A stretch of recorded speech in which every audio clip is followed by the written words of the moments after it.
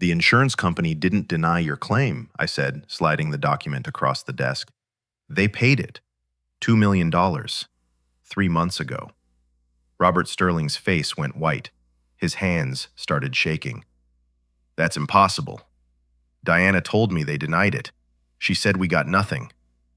Your sister lied to you. She collected the entire $2 million, and she used forged documents to do it. Robert looked like he might be sick. Where's the money now? She bought a beachfront villa in Miami. 5 bedrooms. Ocean view. She's been living there for the past 2 months while you thought you both lost everything. That's how Robert Sterling discovered his sister had stolen his inheritance, and that's when he hired me to get it back. I'm an attorney specializing in estate litigation and insurance fraud in Denver, Colorado. I've been practicing for 16 years, and I've seen families torn apart by greed more times than I can count. But Robert's case was particularly cruel, because it involved not just money, but the destruction of something irreplaceable. And a sister who was willing to lie, cheat, and forge documents to steal from her own brother. Let me tell you how this happened. Robert Sterling was 47 years old when his father, William Sterling, died of a heart attack. William was 72, a retired forest ranger who'd spent his career in the Colorado mountains. William had been a widower for 10 years, Robert's mother having died of cancer when Robert was in his 30s. William had lived alone since then, content with his solitude and his memories. The most valuable thing William owned wasn't money in the bank. It was a cabin, a beautiful log cabin on 40 acres of mountain property, about 2 hours west of Denver. The cabin had been in the Sterling family for 3 generations. William's grandfather had built it in the 1940s. William had grown up spending summers there. He'd brought his own children there, Robert and his older sister Diana, for family vacations every year. The cabin was full of memories. The place where Robert learned to fish, where Diana learned to ride horses, where the family gathered for Thanksgiving and Christmas, where William proposed to his wife Margaret on the front porch. The cabin wasn't fancy. No running water initially, though William had eventually added plumbing. Solar panels for electricity. A wood-burning stove for heat. But it was beautiful. Solid log construction. Stunning views of the mountains. Peaceful and private. When William died, his will was simple and clear. The cabin and the land would be split equally between Robert and Diana. 50-50 ownership. They'd either share it or sell it and split the proceeds. Their choice. Robert and Diana had different ideas about what to do with the cabin. Robert wanted to keep it. He had 3 kids who loved visiting, just like he'd loved visiting as a child. He wanted to preserve the family legacy. He was willing to buy Diana out if she wanted her half in cash. Diana wanted to sell. She lived in Arizona, rarely visited Colorado, and had no sentimental attachment to the cabin. She saw it as an asset worth probably $400,000 that could be converted to cash. They'd been having tense conversations about this for weeks after their father's funeral, when disaster struck. It was late August, peak wildfire season in Colorado. A lightning strike started a fire in the national forest about 5 miles from the cabin. High winds pushed the fire rapidly through the dry timber. Evacuation orders were issued. But by the time firefighters reached the cabin, it was too late. The fire swept through the property and burned the cabin to the ground. Everything was destroyed. The cabin, the outbuildings, the furniture and family photos inside. Generations of memories turned to ash. Robert was devastated. He drove up to the property 2 days after the fire was contained.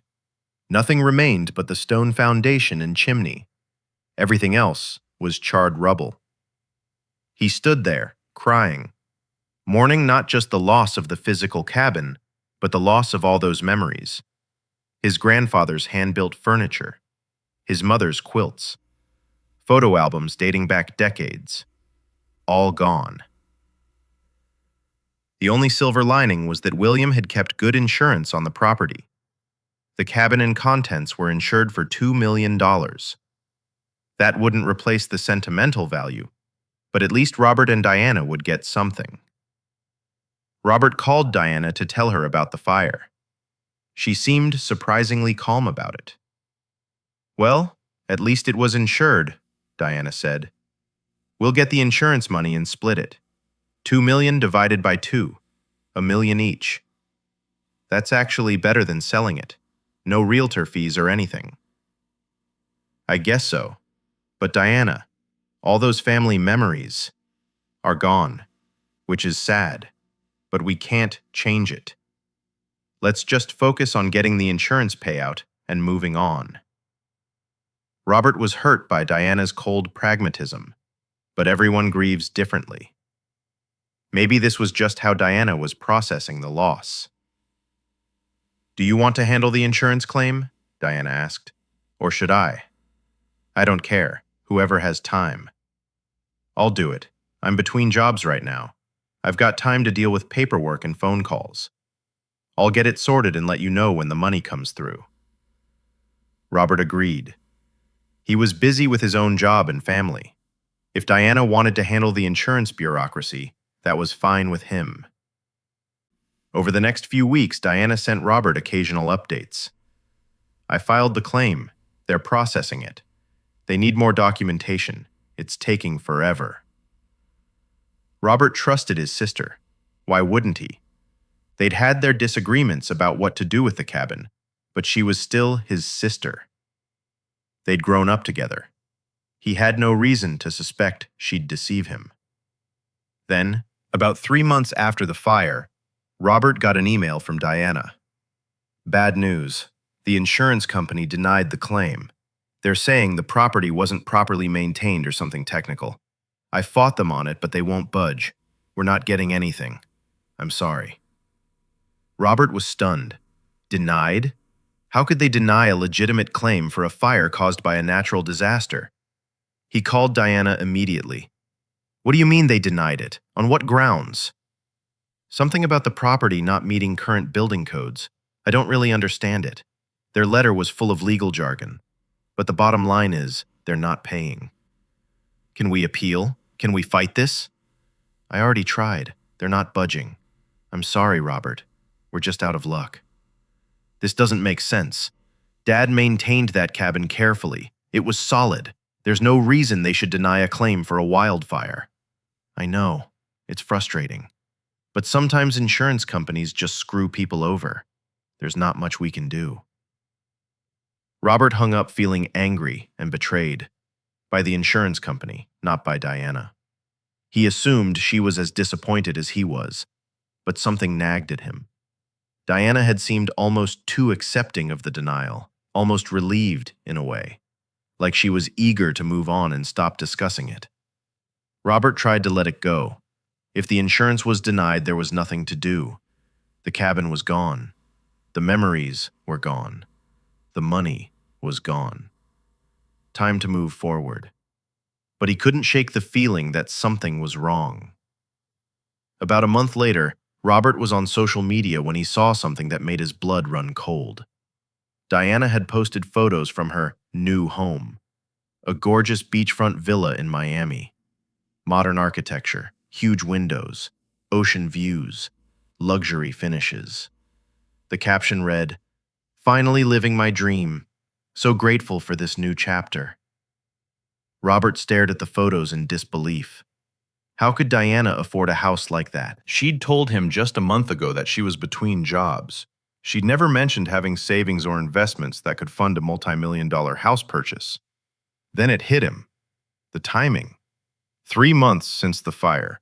1 month since Diana claimed the insurance denied the claim. What if the insurance company hadn't denied the claim? What if they'd paid it? What if Diana had taken the money and used it to buy this house? Robert felt sick. His own sister couldn't have done that, could she? But the more he thought about it, the more it made sense.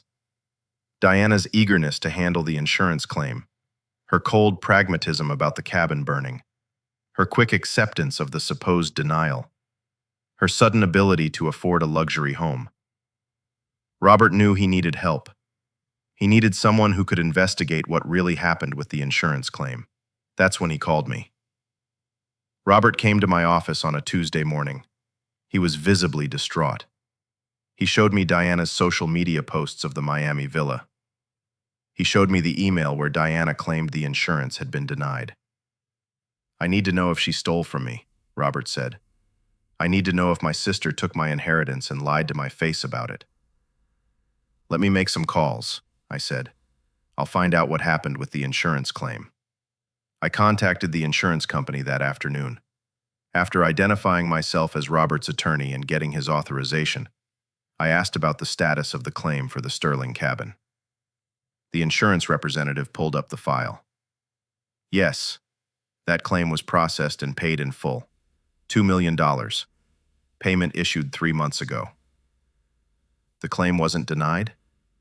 "No, it was a straightforward wildfire claim. We paid it promptly." "Who received the payment?" "Diana Sterling, the sole owner of the property according to the deed on file." My stomach sank. Sole owner? The property was owned jointly by Robert and Diana Sterling. "Not according to the deed we have. It shows Diana Sterling as the only owner. The deed was recorded 2 days after William Sterling's death." "Can you send me a copy of that deed?" "Certainly. I'll email it right now." I hung up and waited for the email. When it arrived, I opened the attachment and felt my anger rising. The deed showed Diana Sterling as the sole owner of the cabin property. It was dated 2 days after William's death and recorded with the county clerk's office. But I knew this couldn't be right. William's will clearly left the property to both Robert and Diana equally. There should be 2 names on that deed, not 1. I pulled up the county clerk's online database and searched for the property. Sure enough, there was a deed filed 2 days after William's death, showing Diana as sole owner. But when I searched further back in the records, I found the original deed from William's estate. That deed, properly filed during probate, showed Robert Sterling and Diana Sterling as joint owners, 50-50. Someone had filed a fraudulent deed 2 days after the original, and that someone was obviously Diana. I called Robert immediately. "You need to come back to my office, now. I found something." When Robert arrived, I showed him everything. The insurance payment, the forged deed, the timeline that proved Diana had systematically stolen his inheritance. "She forged a property deed?" Robert asked in disbelief. "That's illegal, isn't it?" "Very illegal. It's fraud, forgery, and theft. Multiple felonies." "But why? We were going to split the insurance money anyway. Why go through all this?" "Because 2 million divided by 2 is 1 million each. But if she could convince you the insurance was denied, she'd keep the full 2 million for herself. She doubled her take by lying to you." Robert put his head in his hands. "My own sister. After everything we've been through together." "I'm sorry, Robert. I know this is painful." "What do we do now?" "We sue her. We get your money back. And we report her for insurance fraud and forgery." Robert looked up, his eyes filled with tears and rage. "Do it. All of it. I want her to face consequences." "You're sure? She's your sister. Once we start this, there's no going back." "She stopped being my sister when she stole from me and lied about it. I'm sure." I started drafting the lawsuit that afternoon, and I knew this was going to be a battle. Because Diana had already proven she was willing to commit crimes to get what she wanted. She wasn't going to give the money back without a fight. Building the case against Diana Sterling required meticulous attention to detail. She'd committed multiple crimes, and I needed to prove each one beyond any reasonable doubt in civil court. First, I needed to establish the timeline of events and Diana's fraudulent actions. William Sterling died on May 15th. His will went through probate, as all wills do. The probate court issued an order on June 20th, distributing the cabin property equally to Robert and Diana. A proper deed was filed with the county clerk on June 22nd, showing Robert Sterling and Diana Sterling as joint owners. But on June 24th, just 2 days later, another deed was filed. This one showed only Diana Sterling as the sole owner. The signature on this deed purported to be from Robert, transferring his half of the property to Diana. Except Robert had never signed any such document. He'd never agreed to give Diana his half of the property. Someone had forged his signature. And that someone was obviously Diana. The wildfire occurred on August 18th. Diana filed the insurance claim on August 20th. She provided the fraudulent deed showing herself as sole owner. The insurance company, seeing what appeared to be a legitimate deed, paid the full $2 million to Diana on September 15th. On September 20th, Diana sent Robert the email claiming the insurance had denied the claim. On October 1st, Diana closed on the Miami villa. Purchase price, $1.8 million. She paid cash. The timeline was damning. Every step showed deliberate, calculated fraud. But I needed more than just a timeline. I needed to prove the deed was forged. That meant handwriting analysis. I hired a forensic document examiner named Dr. Patricia Walsh. She was one of the best in the country, frequently called as an expert witness in forgery cases. I sent Dr. Walsh the fraudulent deed, along with verified examples of Robert's actual signature from his driver's license, passport, and other legal documents. Dr. Walsh's analysis took 3 weeks. When she called with her findings, she was unequivocal. The signature on that deed is definitely not Robert Sterling's signature. It's a forgery, and not even a particularly good one. How confident are you? Confident enough to testify under oath in court. The letter formations are wrong. The pressure points are wrong. The natural flow is wrong.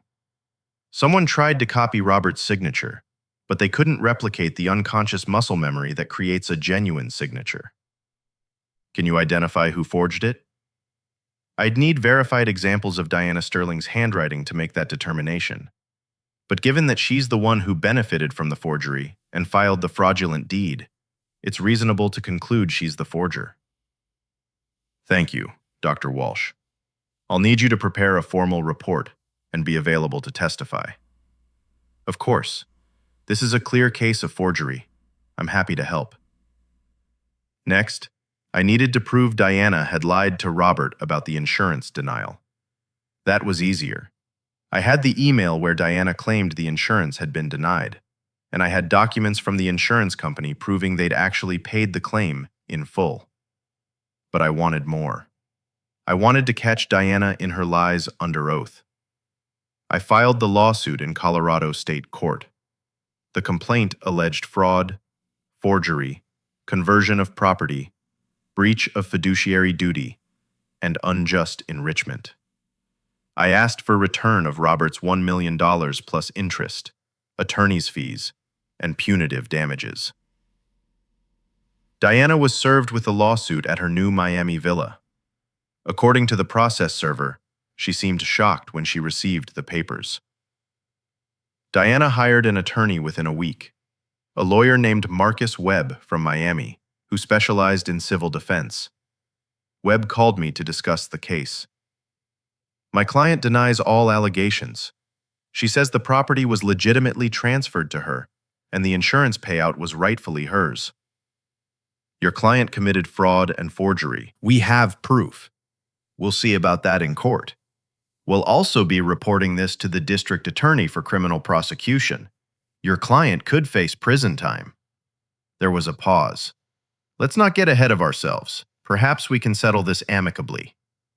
Settlement would require Diana to return the full $1 million to Robert, plus interest and attorney's fees. Non-negotiable. I'll discuss it with my client. A week later, Webb called back. My client is unwilling to settle on those terms. She maintains she did nothing wrong. Then we'll see her in court, and I hope she's prepared to explain the forged deed and the lies about the insurance denial. We look forward to defending against your baseless allegations. The case moved into discovery. This is the phase where both sides exchange documents and take depositions to gather evidence. I subpoenaed records from the insurance company, the county clerk's office, the title company, and Diana's bank records showing the Miami villa purchase. I also scheduled Diana's deposition. This would be her testimony under oath, recorded by a court reporter. Anything she said could be used against her in trial. The deposition was scheduled for 3 months after we filed the lawsuit. It took place in a conference room at a law office in Miami. Present were me, Robert, Diana, her attorney Marcus Webb, and the court reporter. Diana looked confident when she walked in. She was dressed professionally in a business suit. She smiled at the court reporter and shook hands with everyone except Robert. She wouldn't even look at her brother. I'd prepared extensively for this deposition. I had a strategy. I wanted Diana to commit to her lies under oath before I revealed the evidence that proved she was lying. Ms. Sterling, please state your name for the record. Diana Marie Sterling. And you're the defendant in this lawsuit, correct? Yes. You understand you're under oath? I do. Let's start with the cabin. After your father died, how was the property divided? It was left to me. Just to you? Not to you and Robert jointly? Correct, just to me. I felt a surge of satisfaction. She was committing to the lie. How do you know it was left just to you? Because that's what the deed said. I'm the sole owner. Did Robert ever have any ownership interest in the cabin? No. She was lying boldly, under oath. Perfect. Did you file a deed with the county clerk's office after your father died? Yes, to establish my ownership. Did Robert sign that deed? I don't recall. You don't recall whether your brother signed a legal document transferring property to you? It was a confusing time. I handled a lot of paperwork. I don't remember every detail. Ms. Sterling, I'm showing you what's been marked as Exhibit A. This is the deed filed on June 24th showing you as sole owner. Do you see Robert's signature on this document? Diana looked at the deed. Yes, I see a signature. Is that Robert's signature? She hesitated. Her attorney leaned over and whispered something. I believe so, yes. So Robert did sign this deed transferring his half of the property to you? Yes. Another lie, under oath. I was building my case beautifully. Why would Robert give you his half of the cabin? I don't know. You'd have to ask him. I'm asking you. Did you ask him to sign over his half? We may have discussed it. What did those discussions entail? I don't recall specifically. Ms. Sterling, you're claiming your brother voluntarily gave you property worth approximately $1 million. Surely you remember the conversation where that happened. It was a difficult time. We were grieving. I don't remember every conversation. I moved on. Let's talk about the fire.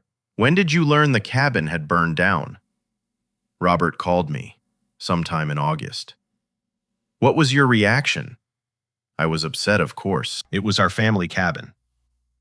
Were you worried about the financial loss? A little, but I knew we had insurance. Did you file the insurance claim? Yes. Why you and not Robert? I offered. I had more time. What documents did you provide to the insurance company? Whatever they asked for. Property records, photos, that sort of thing. Did you provide the deed showing you as sole owner? If that's what they needed, yes. Did you tell the insurance company that Robert was a co-owner? No, because he wasn't. More lies. This was almost too easy.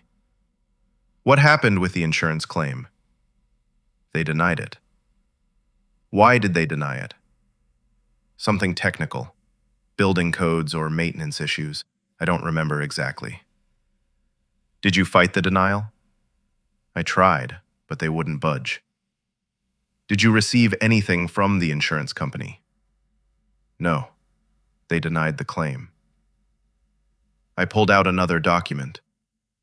Miss Sterling, I'm showing you what's been marked as Exhibit B. This is a letter from the insurance company dated September 15th. Do you recognize this? Diana looked at the document. Her face went pale. I'm not sure. This letter confirms payment of $2 million to you for the fire loss. Does this refresh your recollection about whether the insurance claim was denied? Diana's attorney immediately jumped in. I need a moment to confer with my client. Take all the time you need. They stepped out of the conference room. I could hear raised voices through the door. Webb was clearly upset that his client had been caught in a lie. When they returned, Diana looked shaken. Webb looked angry. We're terminating this deposition, Webb announced. That's your right. But Ms. Sterling's testimony so far will be used at trial. She's testified under oath that the insurance was denied and she received nothing. We have documents proving she received $2 million. That's perjury. We'll address this later. We're done here. They left. Robert looked at me with wide eyes. Did that just happen? Yes. Your sister just committed perjury. She lied under oath about the deed, about the insurance denial, about receiving the money. Everything. What happens now? Now we file a motion for summary judgment. We'll ask the judge to rule in our favor without a trial because the facts are so clear. Diana's own testimony proves she lied and stole from you. Will we win? Yes. The evidence is overwhelming. Over the next 2 months, I prepared the motion for summary judgment. I attached the forged deed, the legitimate deed, Dr. Walsh's handwriting analysis, the insurance company's payment records, Diana's deposition testimony, and everything else that proved Diana's fraud. The motion was filed in November. The hearing was scheduled for January. But before the hearing, something unexpected happened. Marcus Webb called me. My client wants to settle. I thought she maintained she did nothing wrong. The evidence suggests otherwise. She's prepared to make a reasonable offer. The only reasonable offer is returning Robert's $1 million plus interest and all his attorney's fees. She'll return the million, but she can't afford the interest and fees. She's already spent money on the villa. Then she'll need to take out a loan or sell the villa. Those are her options. She bought that villa with cash. She can't just sell it overnight. That's not my problem. Your client committed fraud and stole from her brother. She pays it all back, or we proceed to trial and seek punitive damages. Punitive damages? Your client's conduct was willful and malicious. A jury could award double or triple the actual damages. She'd owe $3 million instead of $1 million. Is that what she wants? Webb was silent for a moment. Let me talk to her. 2 days later, he called back.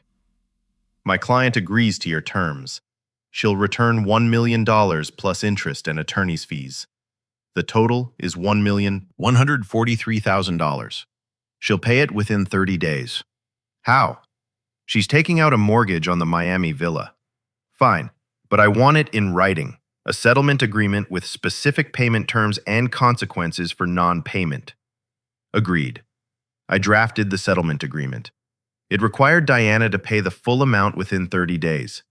If she failed to pay, Robert could immediately file a lien on the Miami villa and foreclose on it to collect the debt. Diana signed the agreement. So did Robert. The case was settled, but I wasn't done. I'd told Diana's attorney we'd be reporting the fraud to the district attorney, and I intended to keep that promise. The civil case was resolved. Robert would get his money back. But Diana's crimes weren't just civil wrongs. They were criminal acts that deserved prosecution. I prepared a comprehensive report for the Colorado District Attorney's Office detailing Diana's crimes. Forgery. She'd forged Robert's signature on a deed transferring property. Insurance fraud. She'd submitted fraudulent documents to an insurance company to collect a payment she wasn't entitled to receive in full. Theft. She'd stolen $1 million that belonged to Robert. Perjury. She'd lied under oath during her deposition. I included all the evidence: the forged deed, the handwriting analysis, the insurance records, Diana's deposition testimony, the settlement agreement. I sent the report to the Economic Crimes Unit of the DA's office, which handles white-collar crimes like fraud and forgery. 2 weeks later, I received a call from an assistant district attorney named Jennifer Martinez. "Mr. Hughes, I've reviewed your report on Diana Sterling. This is excellent work, very thorough." "Thank you. Will you be pursuing charges?" "Yes, the evidence is overwhelming. We'll be filing charges for forgery, insurance fraud, and perjury." "What about theft?" "Theft is trickier because it's a family dispute over inherited property, but the forgery and fraud are clear-cut." "What kind of sentence is she looking at?" "If convicted on all counts, probably 3 to 5 years in prison. Colorado takes insurance fraud seriously." "Good. She deserves to face consequences. I'll keep you informed as the case progresses, and I may need you and your client to testify at trial." "We'll be there." Diana was indicted by a grand jury 3 months later. The charges: 1 count of forgery, 1 count of insurance fraud, and 1 count of perjury. She was arrested in Miami and extradited back to Colorado to face the charges. She posted bail and was released pending trial. Diana hired a criminal defense attorney this time, a different lawyer than Marcus Webb. The new attorney was a woman named Sarah Chen, who had a reputation for getting favorable plea deals for white-collar defendants. Chen contacted the DA's office to negotiate.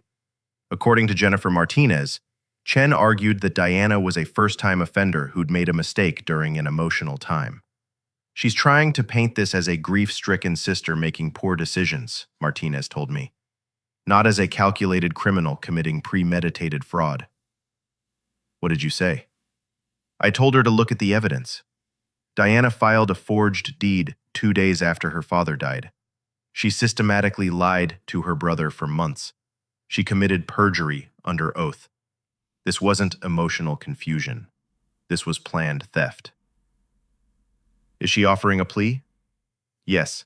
She'll plead guilty to 1 count of fraud in exchange for dismissal of the other charges, and a recommendation of probation instead of prison time." "Are you going to take it?" "I don't think so. The evidence is too strong. We can get convictions on all charges. Why give her a break?" "I agree. She deserves prison time." The criminal trial was scheduled for 8 months after the indictment.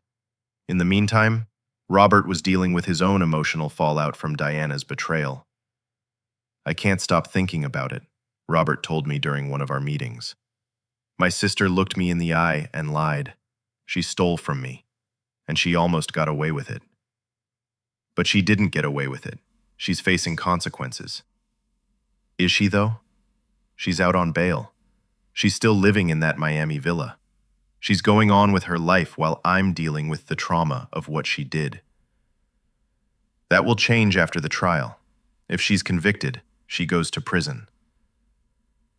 "Do you think she'll be convicted?" "Yes. The evidence is overwhelming.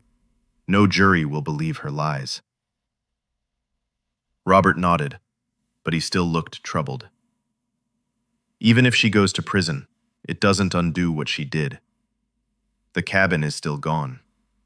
Those family memories are still destroyed. Nothing brings that back. I know, but justice matters. Accountability matters.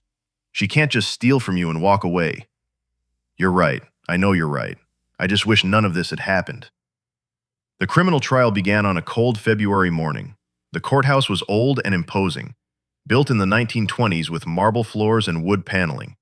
I attended as a witness and as Robert's advisor.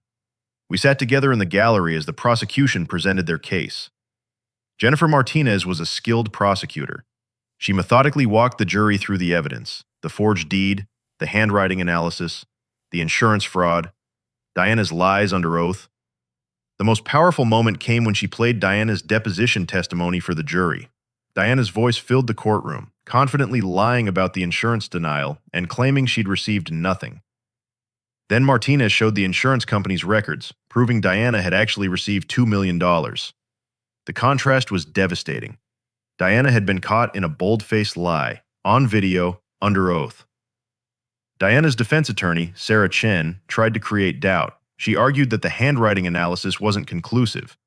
She suggested there had been a misunderstanding about the insurance claim. She painted Diana as a confused woman dealing with grief who'd made some mistakes. But the jury wasn't buying it. Their faces showed skepticism and even disgust as Chen made her arguments. Robert was called to testify. He explained his relationship with Diana, his father's will, the agreement to split the cabin equally. He described his devastation when the cabin burned, and his shock when he discovered Diana had lied about the insurance. "Did you ever agree to give your sister your half of the cabin?" Martinez asked. "Never. I wanted to keep the cabin in the family. Or if we sold it, split the money equally. I never would have given her my half." "Did you sign the deed transferring your property to her?" "Absolutely not. I never saw that document until after this lawsuit started."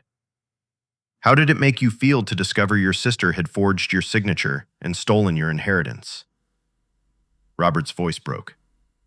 "Betrayed. Devastated. I'd lost my father. I'd lost the family cabin. And then I realized I'd lost my sister too. Because the person who could do what Diana did isn't the sister I grew up with." It was powerful testimony. Several jurors looked moved. Diana chose not to testify. Her attorney advised against it, probably because Diana had already proven she'd lie under oath. After 3 days of testimony, the case went to the jury. They deliberated for less than 4 hours. When the jury returned, the foreman stood and read the verdict. "On the count of forgery, we find the defendant guilty." Diana closed her eyes. Her attorney put a hand on her shoulder. "On the count of insurance fraud, we find the defendant guilty." Diana started crying silently. "On the count of perjury, we find the defendant guilty." Robert let out a breath he'd been holding. Justice had been served. The judge set sentencing for 6 weeks later. Diana was taken into custody immediately, her bail revoked now that she'd been convicted. The sentencing hearing was brief. The judge heard statements from Robert and from Diana's attorney arguing for leniency. "My client made terrible choices," Chen said. "But she has no prior criminal record. She's not a danger to society. Probation would be appropriate." Jennifer Martinez argued for prison time. This defendant committed premeditated fraud. She forged documents. She lied to her brother for months. She committed perjury under oath. She showed no remorse until she was caught. Prison is the only appropriate sentence. The judge agreed with Martinez. "Ms. Sterling, you committed serious crimes motivated by pure greed. You betrayed your own brother. You stole his inheritance. You lied repeatedly, even under oath. You showed contempt for the legal system and for basic family loyalty. I'm sentencing you to 4 years in the Colorado Department of Corrections. You'll also be required to pay restitution in the amount of $1 million to your brother, though I understand this has already been satisfied through the civil settlement. You'll serve your sentence, and hopefully you'll use that time to reflect on the choices you made and the harm you caused." Diana was led away by bailiffs. She looked back at Robert once before disappearing through a door. Robert didn't meet her eyes. Outside the courthouse, Robert and I stood in the cold February air. "It's really over," Robert said. "Yes, she's going to prison. You got your money back. Justice was served." "Then why don't I feel better?" "Because you lost your sister. Money can be returned. Prison time can be served. But the relationship is gone. That loss is real, and it's permanent." Robert nodded. "I keep thinking about when we were kids. Diana wasn't always like this. She was my big sister. She protected me. She taught me things. When did she become someone who could steal from me? I don't know. Greed changes people. Or maybe it just reveals who they always were. I'll never know. And that's what haunts me." We stood in silence for a moment. Then Robert extended his hand. "Thank you. For everything. For believing me. For fighting for me. for getting justice. You're welcome. I'm sorry it came to this. Me too, but I'm glad you were on my side. Robert walked to his car and drove away. I watched him go, thinking about how family betrayals cut deeper than any other kind of wound. 4 years have passed since Diana Sterling was sent to prison. In that time, Robert has been rebuilding, not just his life, but something even more important: the cabin. With the $1 million he recovered from Diana, plus his own savings, Robert bought materials and hired contractors to rebuild the family cabin on the same site where his grandfather's original structure had stood. I thought about leaving the land empty, Robert told me when I visited the construction site about a year into the project, or selling it and walking away. But then I realized that's what Diana wanted. She wanted to erase our family history and turn it into cash. So you decided to rebuild. I decided to restore, to honor what my grandfather built and what my father preserved. Diana destroyed the physical cabin, but she can't destroy the memories or the meaning. The new cabin isn't an exact replica of the original. Building codes have changed since the 1940s. Materials have improved. Safety standards are different now. But Robert worked with an architect who studied old family photos and incorporated as many original design elements as possible. The same footprint, the same orientation to catch the morning sun, the same wide front porch where Robert's grandfather had proposed to his grandmother. Every decision was intentional, Robert explained as we walked through the framing. This beam here? In the original cabin, my grandfather carved the year he built it, 1947. I'm doing the same thing, carving 2024, showing that this cabin spans generations. That's beautiful. It's necessary. Diana tried to end our family story. I'm proving she failed. The construction took 2 years. Robert was involved in every stage. He helped select the logs. He worked alongside the contractors when his schedule allowed. He made sure every detail honored the spirit of the original. I brought my kids up here when the framing was done, Robert said during one of my visits. They helped carve their names into one of the support beams, just like I carved my name into a beam in the original cabin when I was 8 years old. How did they react to being part of the rebuilding? My daughter Emma, she's 15 now, she said something that stuck with me. She said, "Dad, Aunt Diana thought she could burn down our history, but we're building it back stronger." Wise kid. She is. All 3 of my kids are. They understand what this place means. They understand what Diana tried to take from us. Do they have a relationship with Diana? Robert's expression darkened. No. They know what she did. They know she stole from us. They know she went to prison. They've chosen not to have contact with her, and I support that. That must be hard for them. She's their aunt. She was their aunt. Now she's just someone who committed crimes against our family. They don't owe her a relationship. The cabin was completed about 3 years after Diana went to prison. Robert held a dedication ceremony, inviting extended family and friends to celebrate the restoration. I attended the dedication. It was a beautiful late summer day in August, almost exactly 4 years after the wildfire had destroyed the original cabin. But this time, instead of destruction, there was hope. Instead of ashes, there was new life.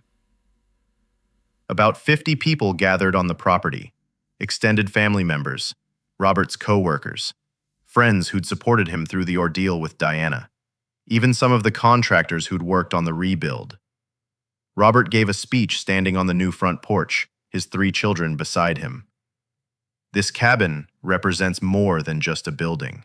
It represents family, continuity, the understanding that what matters most can be rebuilt, even after it's been destroyed by fire or by betrayal.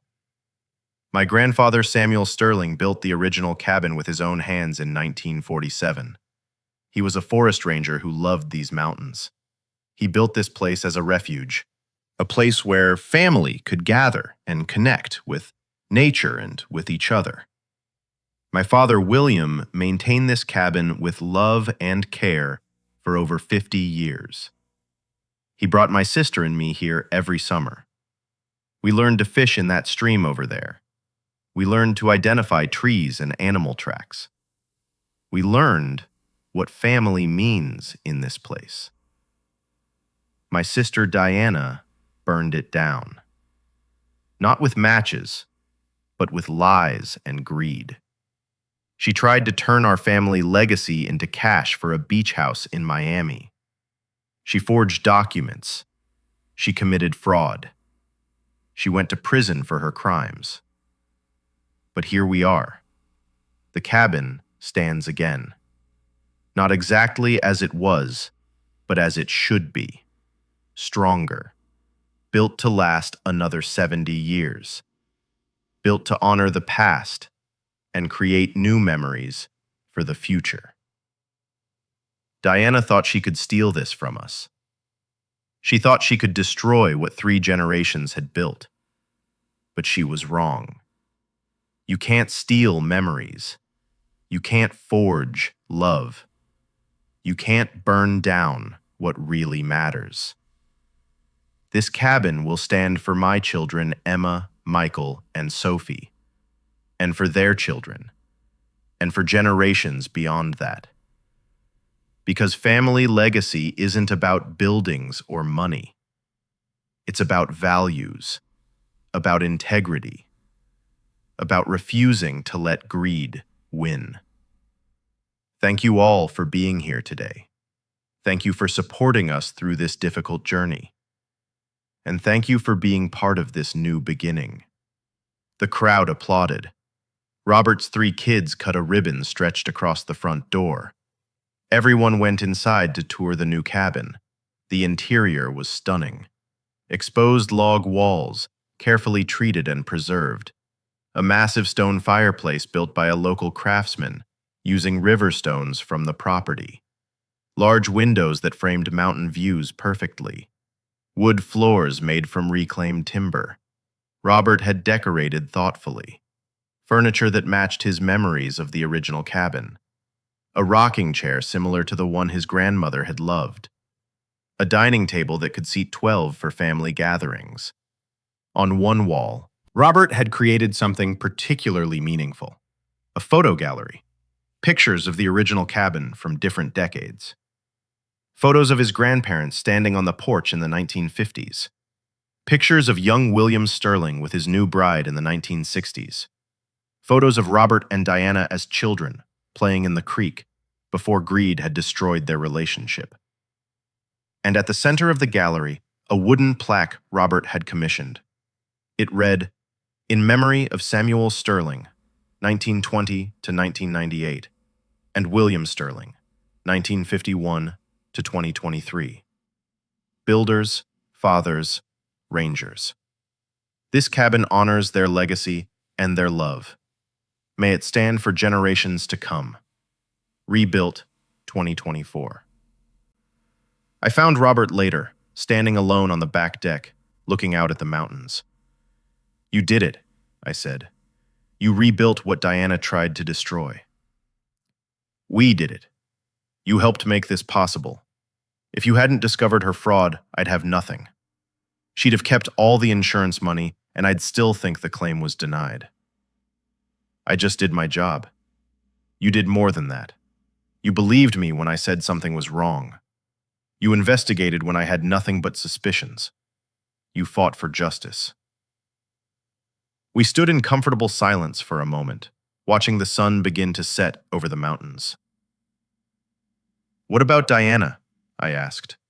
"Have you thought about her at all today?" Robert was quiet for a long time. "Yes, I thought about her this morning. I thought about how she should be here, how she should be celebrating this with us, how in a different world, where she'd made different choices, she'd be part of this. But she's not. No. She destroyed that possibility when she forged my signature and stole my inheritance. She chose money over family. Now she lives with that choice. She's written to you, hasn't she? Multiple times, from prison and after her release. I haven't opened any of the letters. Are you planning to? I don't know. Part of me wants to know what she has to say. Part of me doesn't care. What could she possibly say that would change anything? Maybe nothing, but maybe closure for yourself? Robert shook his head. I have closure. This cabin is my closure. Building something good from the ashes of what she tried to destroy. That's all the closure I need. Diana had been released from prison about 18 months ago, having served 3.5 years of her 4-year sentence with credit for good behavior. She'd returned to Miami, to the beachfront villa she'd bought with stolen insurance money. But the villa wasn't the paradise she'd imagined. She'd been forced to take out a large mortgage on it to repay Robert. Her monthly payments were crushing, and with a felony record, she struggled to find decent employment. According to mutual acquaintances who stayed in touch with both siblings, Diana was working as an administrative assistant at a dental office, making about $35,000 a year. After paying her mortgage, she had little left for anything else. The luxury lifestyle she'd envisioned, the beachfront living, the freedom, the good life funded by insurance money, had evaporated. Instead, she was working a low-wage job, struggling to make ends meet, and living with the reality of what her crimes had cost her. Not just money, not just 4 years in prison, but her entire family, her brother, her nieces and nephew. Extended family who wanted nothing to do with her, friends who distanced themselves after learning what she'd done. Diana had traded everything for $2 million, and in the end, she'd ended up with nothing but regret and isolation. About 3 months after the cabin dedication, I received an unexpected phone call. It was Diana. Mr. Hughes, I'm calling to ask you something. I need your help. Diana, I represented your brother in a case against you. I can't help you with anything. I'm not asking for legal help. I'm asking for human help. Would Robert be willing to meet with me? I was surprised by the request. I can ask him, but I very much doubt he'll agree. Why do you want to meet? To apologize, face to face, to try to explain what I was thinking, to see if there's any possibility of rebuilding our relationship. Diana, you stole from your brother. You forged his signature. You lied to him for months. You committed multiple felonies to cheat him out of his inheritance. Why would he want a relationship with you? Because I'm his sister, her voice cracked. Because we grew up together. Because we were family before I ruined everything. Because I'm sorry and I want him to know that. You had 4 years in prison to be sorry. You've written him letters he hasn't opened. Why now? Because I'm drowning, Mr. Hughes. I'm completely alone. I have no family, no friends. I work a dead-end job and come home to an empty house that I can barely afford. I made terrible choices, and I'm paying for them every single day. But I miss my brother. I miss having family. I just want a chance to apologize in person. That's not for me to decide. I'll ask Robert if he's willing to meet with you, but don't get your hopes up. Thank you. That's all I'm asking. Just ask him. I called Robert that evening and relayed Diana's request. His response was immediate and firm. No, absolutely not. I don't want to see her or hear from her. Are you sure? She says she wants to apologize. She can apologize in her letters that I'm not reading. She doesn't need me present for that. Robert, I have to ask. Do you think you'll ever forgive her? Honestly, no, I don't think I will. What she did wasn't a mistake or a momentary lapse in judgment. It was calculated theft. She forged legal documents. She lied under oath. She tried to steal everything Dad left me. That's not something I can forgive just because time has passed. I understand, but closure can be healing. Maybe hearing her apology in person would help you move on completely. I have moved on. I rebuilt the cabin. I created new memories with my kids. I have peace. Diana doesn't get to take that away from me by asking for forgiveness she doesn't deserve. Fair enough. I'll tell her you're not interested in meeting. Wait, Robert paused. Tell her something else, too. Tell her I know she's struggling. I know she's working a low-wage job and barely making her mortgage payments. I know she's alone and isolated. And tell her that's exactly what she deserves. She made her choices. Now she lives with the consequences. That's harsh. It's honest. Diana hurt me deeply. She betrayed me in the worst way possible. I don't wish her ill, but I don't wish her well either. I simply wish her out of my life completely. I relayed Robert's message to Diana. She was silent for a long moment after I finished. I understand, she finally said, her voice thick with tears. I can't blame him. I destroyed our relationship. I just hoped that maybe after all this time doesn't erase what you did, Diana. It doesn't undo the forgery or the lies or the theft. I know. I just miss my brother. I miss my family. I miss having people in my life who care whether I live or die. You had that, and you traded it for $2 million and a beach house. It was the worst trade of my life. I'd give anything to go back and make different choices. But you can't. None of us can. All we can do is move forward with the consequences of the choices we made. Will you tell Robert something for me? Maybe. What? Tell him I'm truly sorry. Not sorry I got caught or sorry I went to prison, but sorry I hurt him. Sorry I betrayed him. Sorry I put money ahead of family. Tell him I'll spend the rest of my life regretting what I did. I'll tell him, but I don't think it will change anything. I know, but I need him to hear it anyway. I need him to know that I understand what I destroyed. I did tell Robert what Diana said. We were having lunch a few weeks later when I brought it up. Diana wanted me to tell you she's sorry. She says she'll regret what she did for the rest of her life.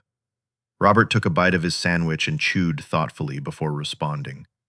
I believe she's sorry. Sorry she got caught. Sorry she went to prison. Sorry her life turned out this way. But I don't believe she's genuinely sorry about betraying me. Why not? Because if she was truly sorry about the betrayal, she would have told the truth before you investigated. She would have split the insurance money like we'd agreed. She wouldn't have lied under oath during her deposition. She wouldn't have fought the lawsuit every step of the way. People can change. Prison can be transformative. Diana is sorry about the consequences she faced. She's not sorry about what she did. There's a fundamental difference. She regrets getting caught, not committing the crime. That's a harsh assessment. It's an accurate one. Diana had multiple opportunities to do the right thing. At any point, she could have told me the truth. Instead, she doubled down on her lies until the evidence was so overwhelming she had no choice but to admit what she'd done. So there's no possibility of reconciliation. None. Diana made her choice when she forged my signature. She chose money over family. She chose greed over integrity. Now she lives with that choice. I've moved on with my life, and she's not part of it. It was clear that Robert had made peace with his decision. He wasn't angry anymore. He wasn't bitter. He'd simply closed that chapter of his life and moved forward. About 6 months ago, I received another call from Diana. This time her request was different. Mr. Hughes, I'm calling because I'm selling the villa. Okay. Why are you telling me? Because I wanted Robert to know. I'm selling the house I bought with the stolen insurance money. The house that cost me everything. I wanted him to know it's gone. Why does he need to know that? Because maybe it will show him I'm serious about making amends. I'm giving up the one thing I stole from him. I'm letting go of what cost me my family. Diana, you're not giving it up voluntarily. You said yourself you can barely afford the mortgage payments. You're selling because you have to, not because you want to. That's not entirely true. I could keep struggling to pay the mortgage. But I've decided to sell, downsize, and use the equity to try to start over somewhere else. Somewhere I'm not reminded every day of what I did. Where are you thinking of going? Maybe Colorado? Maybe back closer to where I grew up? Maybe somewhere I can try to reconnect with who I used to be, before greed turned me into a criminal. Robert's in Colorado. I know, but it's a big state. I'm not going to show up on his doorstep or try to force a confrontation. I just want to be in a place that feels like home again. I'll tell him you're selling the villa, but Diana, don't come back to Colorado expecting reconciliation. Robert has made it very clear he wants no contact with you. I understand. I'm not coming back for Robert. I'm coming back for myself, to try to find some kind of peace. I told Robert about Diana's plans. He shrugged. She can move wherever she wants. As long as she stays away from me and my family, I don't care. She said she's trying to start over, to find peace. Good for her. I hope she finds it, somewhere far away from me. That was the last time Diana's name came up in my conversations with Robert. He'd truly moved on. Robert and I still stay in touch. We meet for lunch every few months. He updates me on his kids, his work, and the cabin. We spent Thanksgiving up there last year, Robert told me during our most recent lunch. All 3 kids, plus Emma's boyfriend. We cooked a turkey in that old wood-burning stove. We hiked the trails. We sat by the fire and told stories. Did you tell them about Diana? We did, actually.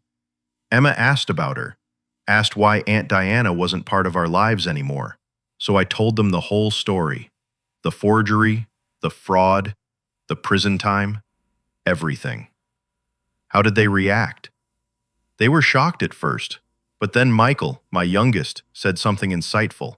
He said, "So Aunt Diana chose money over us." And I said, "Yes, that's exactly what she did." And he said, "Then she's not really family anymore, is she?" Out of the mouths of babes. Exactly.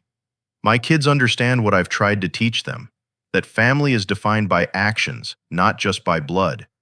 Diana is biologically my sister, but she's not family, not anymore. Do you ever regret how things turned out? Robert thought about this carefully. I regret that it happened. I regret that Diana made the choices she did. I regret that my kids don't have a relationship with their aunt. But I don't regret how I responded. I fought for what was mine. I held her accountable. I refused to let her get away with stealing from me. And I rebuilt what she tried to destroy. I'm proud of all of that. You should be. You turned a terrible situation into something positive. That's all you can do, right? When someone hurts you, you have 2 choices. You can let it destroy you, or you can use it to make yourself stronger. I chose strength. As I reflect on Robert's case now, years later, several profound lessons emerge. First, inheritance disputes bring out the absolute worst in people. I've handled dozens of estate cases in my career, and the pattern is always the same. Money transforms relationships. Siblings who grew up together become adversaries. Greed overwhelms love. People convince themselves they're entitled to more than they're due. Diana felt entitled to the full insurance payout. In her mind, she'd found a way to get what she deserved. She didn't see herself as a thief. She saw herself as someone clever enough to maximize her inheritance. That kind of self-justification is frighteningly common. Second, documentation and investigation are crucial. If Robert had simply accepted Diana's claim that the insurance was denied, she would have gotten away with stealing $1 million from him. The only reason justice was served is because Robert trusted his instincts that something was wrong and hired an attorney to investigate. Always verify. Always investigate. Never simply take someone's word, even family, when significant money is involved. Third, accountability matters more than forgiveness. Our culture often pressures people to forgive, especially when family is involved. She's your sister. Family should forgive. Let it go. But Robert understood something important. Some betrayals are unforgivable, and that's okay. He didn't need to forgive Diana to move on with his life. He needed to hold her accountable, get justice. and then build a life that didn't include her. Forgiveness is not a requirement for healing. Sometimes, cutting off toxic relationships is the healthiest choice. Fourth, symbols matter. Robert could have taken his $1 million and never returned to the mountain property. He could have sold the land and invested the money, but instead, he rebuilt the cabin. He created a physical symbol of resilience, of family continuity, of refusing to let greed win. That cabin means more than just a vacation home. It's a statement. It's proof that what matters can be rebuilt, even after it's been destroyed. And finally, consequences are real and lasting.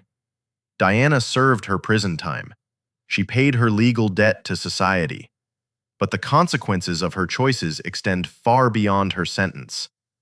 She lost her brother. She lost her relationship with her nieces and nephew. She lost extended family. She lost friends. She lost her reputation. She lost the ability to build trust with anyone who knows her history. She traded everything for $2 million. And in the end, after paying restitution and legal fees, after struggling with a mortgage she couldn't afford, after years of isolation and regret, what did she really gain? Nothing. She gained nothing and lost everything. Robert Sterling rebuilt his cabin and his life. He created new family memories and passed on values of integrity to his children. He demonstrated that betrayal doesn't have to be the end of the story, that resilience and justice can triumph over greed. Diana Sterling lives with her choices every day. Alone, isolated, full of regret. A cautionary tale about what happens when greed overwhelms love. I know which sibling I'd rather be, and I think anyone hearing this story knows too.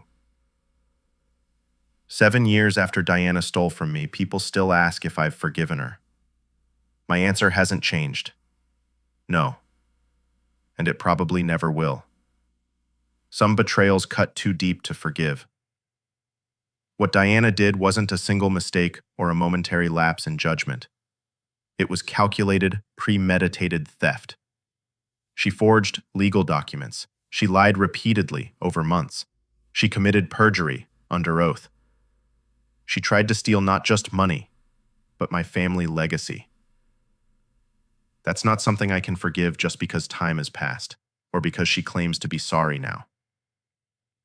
But here's what I've learned. You don't need to forgive someone to move on from them. You can acknowledge what they did, hold them accountable for it, and then build a life that doesn't include them. I rebuilt the cabin.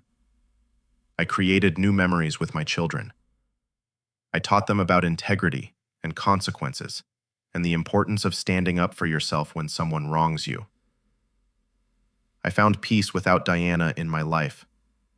And honestly, I have more peace now than I ever would have had if I'd forgiven her and maintained a relationship based on her betrayal. If you're dealing with a family member who's stolen from you, betrayed you, or committed crimes against you, hear this. You don't owe them forgiveness. You don't owe them a relationship. You don't owe them anything except perhaps the accountability of legal consequences. Protect yourself. Fight for what's yours.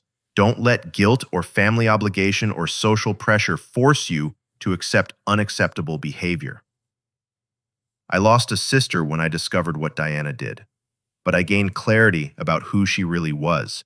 I gained the strength to stand up for myself. I gained a deeper appreciation for the family members who are genuine and trustworthy. The cabin stands again, stronger than before. My family legacy is restored, and I have peace. That's worth infinitely more than any relationship with someone who proved they valued money more than family. Blood makes you related. Loyalty makes you family. Diana is related to me, but she's not family. Not anymore. And I'm completely at peace with that. Robert Sterling. If this story resonated with you, please subscribe for more real legal cases about protecting your inheritance and seeking justice. Share this with anyone dealing with family estate disputes or betrayal. Remember, family doesn't excuse theft or fraud. You have the right to fight for what's rightfully yours. Forgiveness is not required for healing, and rebuilding is always possible, even after devastating loss. Stay strong, protect yourself, and never let anyone make you feel guilty for demanding accountability.